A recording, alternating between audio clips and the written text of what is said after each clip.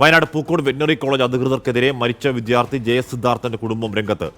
മകൻ ഉപയോഗിച്ച പല വസ്തുക്കളും കോളേജ് അധികൃതർ മാറ്റി എന്ന സംശയമുണ്ടെന്നാണ് സിദ്ധാർത്ഥന്റെ പിതാവ് പറയുന്നത്. കോളേജ് അധികൃതർ കൈമാറിയതിൽ പലതും സിദ്ധാർത്ഥന്റെ വസ്തുക്കളല്ല എന്നും പിതാവ് 24നോട് പ്രതികരിച്ചു. വയനാട്ടിൽ നിന്നും സുർജിത് അയ്യപ്പത്ത് തയ്യാറാക്കിയ റിപ്പോർട്ട് കാണാം. സിദ്ധാർത്ഥന്റെ സാധനങ്ങൾ ഏറ്റുവാങ്ങാൻ വേണ്ടി പിതാവ് ജയപ്രകാശ് വെറ്റിനറി സർവകലാശാലയിൽ എത്തിയിട്ടുണ്ട്. അദ്ദേഹം നമ്മോടൊപ്പം ചേരുകയാണ്. ഈ ചില 22ഓളം വസ്തുക്കളാണ് കിട്ടാനുള്ളത്, അങ്ങനെയല്ലേ? അതെ, 22ഓളം സാധനങ്ങൾ ആദ്യം നമ്മൾ ലിസ്റ്റ് ഉണ്ടാക്കിയപ്പോൾ 22ഓളം സാധനങ്ങളായിരുന്നു. അത് അവൻ്റെ അമ്മ നാട്ടിൽ പോയിട്ട് അവൻ്റെ അമ്മയോട് കാണിച്ച് ഡിസ്കസ് ചെയ്തപ്പോൾ വീണ്ടും സാധനം ഉണ്ടായിരുന്നു. ഒരു 6ഓളം സാധനങ്ങൾ ബാക്കിയുണ്ടായിരുന്നു.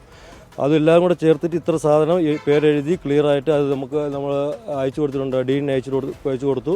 ഡീൻ പറഞ്ഞ് ഇത്ര സാധനമുണ്ട്. ആദ്യം 22 സാധനത്തിൻ്റെ പരാതിയാണ് നമ്മൾ കൊടുത്തത്. വീണ്ടും ചേർത്തിട്ടുള്ള ഒരു 6ഓളം സാധനങ്ങൾ ഇതെല്ലാം ചേർത്ത് കൊടുത്തിട്ട് നമ്മളൊരു കാര്യം ഫോണിൽ കൂടെ പറഞ്ഞാൽ ഇനി വരുമ്പോൾ ആ സാധനങ്ങളെല്ലാം അറ്റ്ലീസ്റ്റ് ഒന്ന് കൊടുക്കുന്ന ഒരു മര്യാദയ്ക്ക് അതിൻ്റെ ഒരു ഫോർമാലിറ്റിക്ക് ഒന്ന് കൊടുക്കണം. കാര്യം എന്ന് പറഞ്ഞാൽ ആദ്യം നമ്മൾ വന്നപ്പോൾ ഈ സാധനങ്ങളെല്ലാം ചാക്കി കെട്ടി ഓരോ അഴുക്കചാലിയിൽ നിന്ന് എടുത്തുകൊണ്ട് വരുമ്പോൾ ഓരോ സ്റ്റെയർ കേസിൻ്റെ മൂലയിൽ നിന്നും അവിടെ നിന്ന് ഇവിടെ നിന്നൊക്കെ എടുത്തുകൊണ്ട് വന്നത്. അത് നമ്മുടെ ആൾക്കാർ എടുത്തുകൊണ്ട് വന്ന് തിരഞ്ഞു പിടിക്കുക ചെയ്തത്. ഇനി അതുപോലെ ഒരു അവസരം ഉണ്ടാവരുത്. നമ്മൾ റിക്വസ്റ്റ് ചെയ്യുക. കാരണം ഇനി കാര്യം നമുക്കൊരു വിഷമം ഉണ്ടാവും. അത് ഒരാൾ മരണപ്പെട്ടു പോയ ആളിൻ്റെ ഒരു സാധനങ്ങൾ നമ്മൾ സ്വീകരിക്കുമ്പോൾ അതിൻ്റെ ഏത് രീതിയിൽ സ്വീകരിക്കണം നമ്മൾ കണ്ടിട്ടില്ല. നമ്മൾ പട്ടാളത്തിലും കാര്യങ്ങളും കണ്ടിട്ടുണ്ടല്ലോ. അതുപോട്ടെ, എന്നാൽ ഒരാളുടെ സാധനങ്ങൾ സ്വീകരിക്കുമ്പോൾ നമുക്കത് മര്യാദയ്ക്ക് തരണം. കഴിക്കച്ചാലി നല്ല എടുത്ത് തരേണ്ടത്. പല വസ്തുക്കളും അദ്ദേഹത്തിൻ്റെതല്ല എന്നൊക്കെ പറയുന്നത്, അങ്ങനെ? അതെ, അത് നമുക്ക് ആദ്യം തന്ന സാധനങ്ങൾ അവർ നാട്ടിൽ കൊണ്ടുപോയി. സംശയം ഉണ്ടായിരുന്നു ഏതൊക്കെയായിരുന്നു എന്ന്.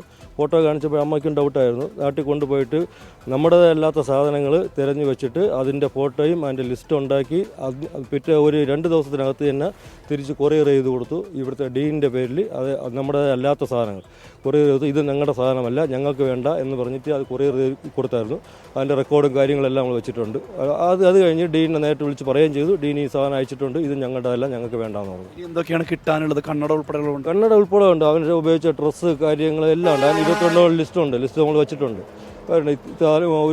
ഒരുപാട് കാര്യം, പേന, പെൻസിൽ, അങ്ങനെ കാര്യം. മെയിനായിട്ട് വേണ്ടത് കണ്ണട, പേഴ്സ്, ചെരുപ്പ്, ഷൂസ്, അങ്ങനെയുള്ള ഒരുപാട് കാര്യങ്ങളുണ്ട്. അതാണ് കിട്ടേണ്ടത്. അത് കിട്ടുമെന്നുള്ള പ്രതീക്ഷ ഉണ്ടോ? അത് പ്രതീക്ഷയല്ല, അത് കിട്ടണമെന്നാണ് എൻ്റെ ആഗ്രഹം. അത് നമ്മളുടെ ഒരു ആഗ്രഹം, അത് കിട്ടണമെന്ന്. അത് കിട്ടിയില്ല എന്നെങ്കിൽ അത് ഞാൻ പറഞ്ഞല്ലോ, നിയമ നടപടിയായിട്ട് മുമ്പോട്ട് പോകും. അന്വേഷിച്ചിടത്തോളം കണ്ണട ഇല്ല എന്നാണ് പറയുന്നത്, കിട്ടിയിട്ടില്ല എന്ന്. നോക്കാം, ചിലപ്പോൾ ഇന്നലെ കണ്ണട കിട്ടിക്കാണോ ഇല്ലയോ എന്നറിയില്ല. ഞാൻ ഇന്നലെ അവരെ കോൺടാക്ട് ചെയ്യില്ല, മെനിയാന്നാണ് കോൺടാക്ട് ചെയ്തത്. ആ സാധനം കിട്ടിയില്ലെങ്കിൽ നോക്കാം വഴിയെ. എന്തായാലും ഇത് സിദ്ധാർത്ഥൻ്റെ കുടുംബത്തെ സംബന്ധിച്ചത് ഒരു ഓർമ്മ മാത്രമാണ്. ആ ഓർമ്മ സൂക്ഷിക്കാനെങ്കിലും ഈ പേഴ്സ്, കണ്ണട ഇതെല്ലാം കിട്ടേണ്ടതുണ്ട്.